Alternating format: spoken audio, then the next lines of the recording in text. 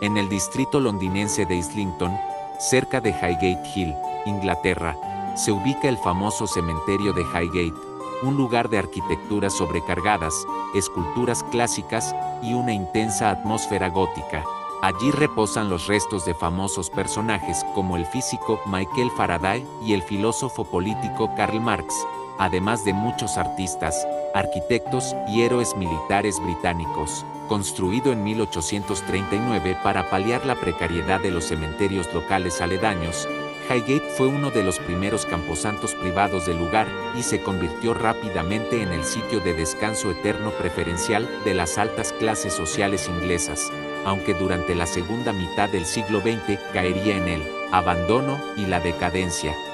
Sin embargo, el lugar saltaría nuevamente a la palestra pública luego que los tabloides ingleses comenzaran a publicar las primeras historias que afirmaban que el cementerio no solo estaba embrujado, sino que también era el sitio donde descansaba un vampiro real, el llamado Rey Vampiro de Valaquia, un noble que habría sido traído a Inglaterra en un ataúd en el siglo XIX,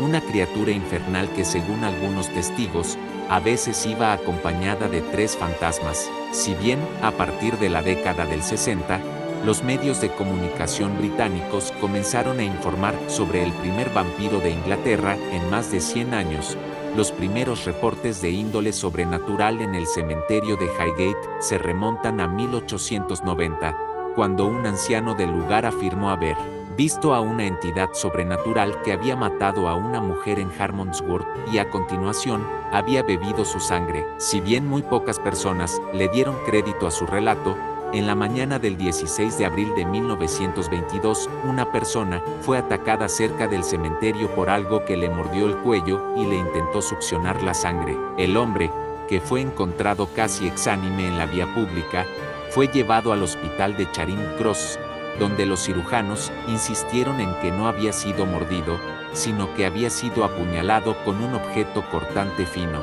Sin embargo, 2 horas y media más tarde, llegó otra persona al hospital con heridas idénticas en el cuello y un poco después, una tercera víctima. La policía determinó que estas 3 personas habían sido atacadas por un asaltante invisible, exactamente de la misma manera, en las cercanías del cementerio de Highgate. En ese momento comenzaron a esparcirse los rumores de que había un vampiro real rondando por Londres. Por esa misma época varios testigos afirmaron haber visto, en una noche de abril iluminada por la luna llena, a un ser oscuro de 2 metros de altura volando alrededor de la iglesia de West Drayton que se dirigió hacia el cementerio de Highgate. 2 policías que intentaron perseguir al ente alado relataron que la criatura emitió un chillido espeluznante,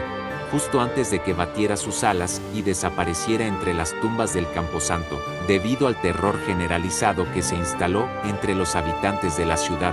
las autoridades decidieron contratar a un cazador de vampiros profesional. Semanas más tarde, un policía informó a la prensa que el vampiro había sido cazado y puesto a descansar en una de las más profundas bóvedas del cementerio de Highgate, con una estaca de madera en su corazón. Tuvieron que pasar varias décadas para que se reanudaran los reportes sobrenaturales en el cementerio de Highgate. En 1963, 2 adolescentes de 16 años que volvían de una fiesta y pasaron frente a la puerta norte del cementerio, afirmaron que habían visto los cuerpos de varias personas presuntamente fallecidas saliendo de sus tumbas. Semanas más tarde, una pareja observó una entidad de aspecto espeluznante flotando detrás de las rejas de hierro de la puerta del cementerio. Además, se descubrieron por todo el cementerio numerosos cadáveres de animales, especialmente zorros, a los cuales se les había drenado toda la sangre a través de unas extrañas incisiones que tenían en la garganta.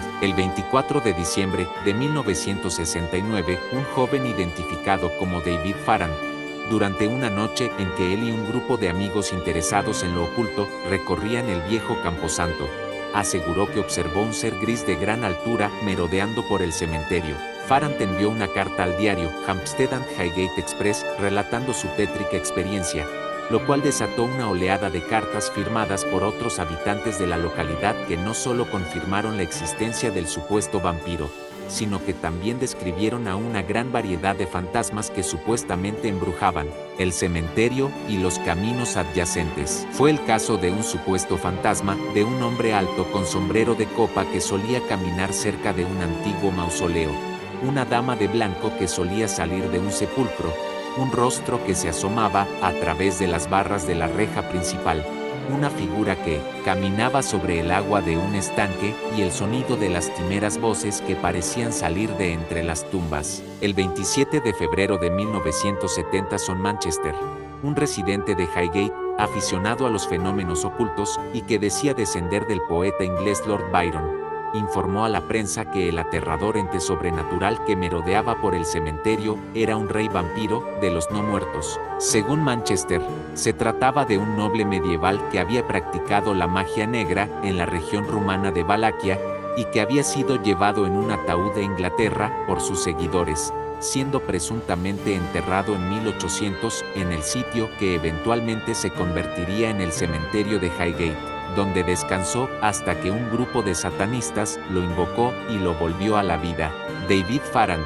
quien comenzó a aparecer cada vez más en la prensa inglesa hablando del vampiro, en tanto, opinó que la criatura podría ser un espectro o fantasma de hábitos vampíricos, que se alimentaba, además de la sangre de sus víctimas, de la energía psíquica de las personas, la misma energía que permitía que el vampiro se materializaba cuando se daban ciertas condiciones adecuadas. En 1971, las autoridades inglesas comenzaron a preocuparse cuando una niña aseguró que había sido atacada por el vampiro en el exterior del cementerio. La menor regresaba a su casa cuando fue súbitamente arrojada al suelo, con una fuerza sobrehumana, por una figura negra, alta y con una cara blanca mortal. El ataque no se llevó a cabo porque en ese preciso momento un automóvil que pasaba por el lugar se detuvo a ayudarla y el vampiro desapareció con el resplandor de los faros, desvaneciéndose por una pared del cementerio de 3 metros de altura. Los vecinos de Highgate Hill,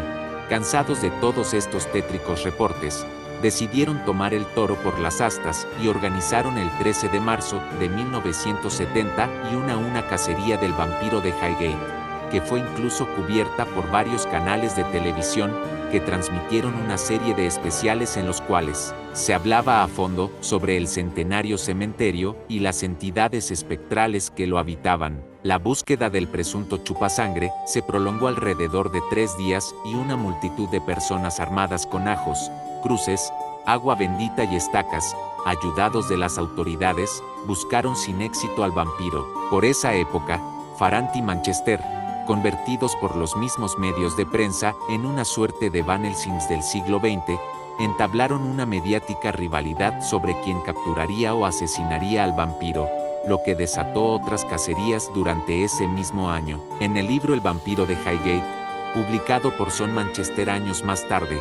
este narraría con lujo de detalles lo que ocurrió durante una de estas cacerías. Según Manchester, entró con un grupo de personas al cementerio a través de las rejas dañadas de una iglesia cercana. Lo primero que hizo fue intentar abrir la puerta a una catacumba que, de acuerdo con una medium que lo acompañaba, era donde dormía el vampiro. Al no poder forzar la cerradura, Manchester entró a través de un hueco en el tejado del mausoleo y se encontró con varios ataúdes vacíos en el interior, los cuales roció con agua bendita y dientes de ajo. Manchester relató en su libro que 3 años después de estos sucesos, descubrió el cuerpo de otro vampiro en el sótano de una casa abandonada en el área de Highgate, el cual quemó luego de clavarle una estaca. De acuerdo al mismo Manchester,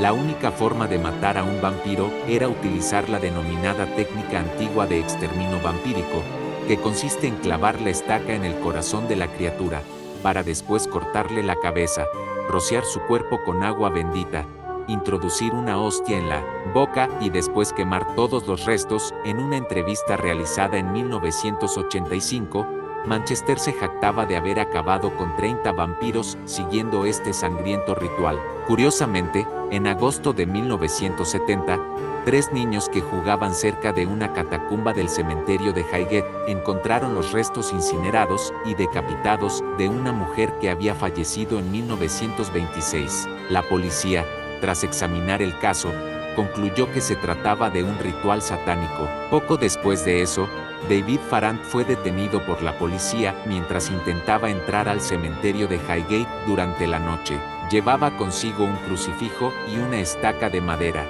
Fue arrestado, pero liberado al no encontrársele culpable de ningún crimen. Sin embargo, en 1974 fue encarcelado luego de ser hallado culpable de dañar monumentos y profanar tumbas, así como de vandalismo y extracción de restos humanos en Highgate. Para 1975, la actividad del supuesto vampiro de Highgate había desaparecido del todo, quedando relegada a menciones en series televisivas y reportajes de índole paranormal en medios impresos. Varios libros que se han lanzado posteriormente aseguran que el supuesto chupasangre del cementerio no fue otra cosa que un ejemplo de pánico colectivo y exageración de rumores por parte de David Farrant y Son Manchester,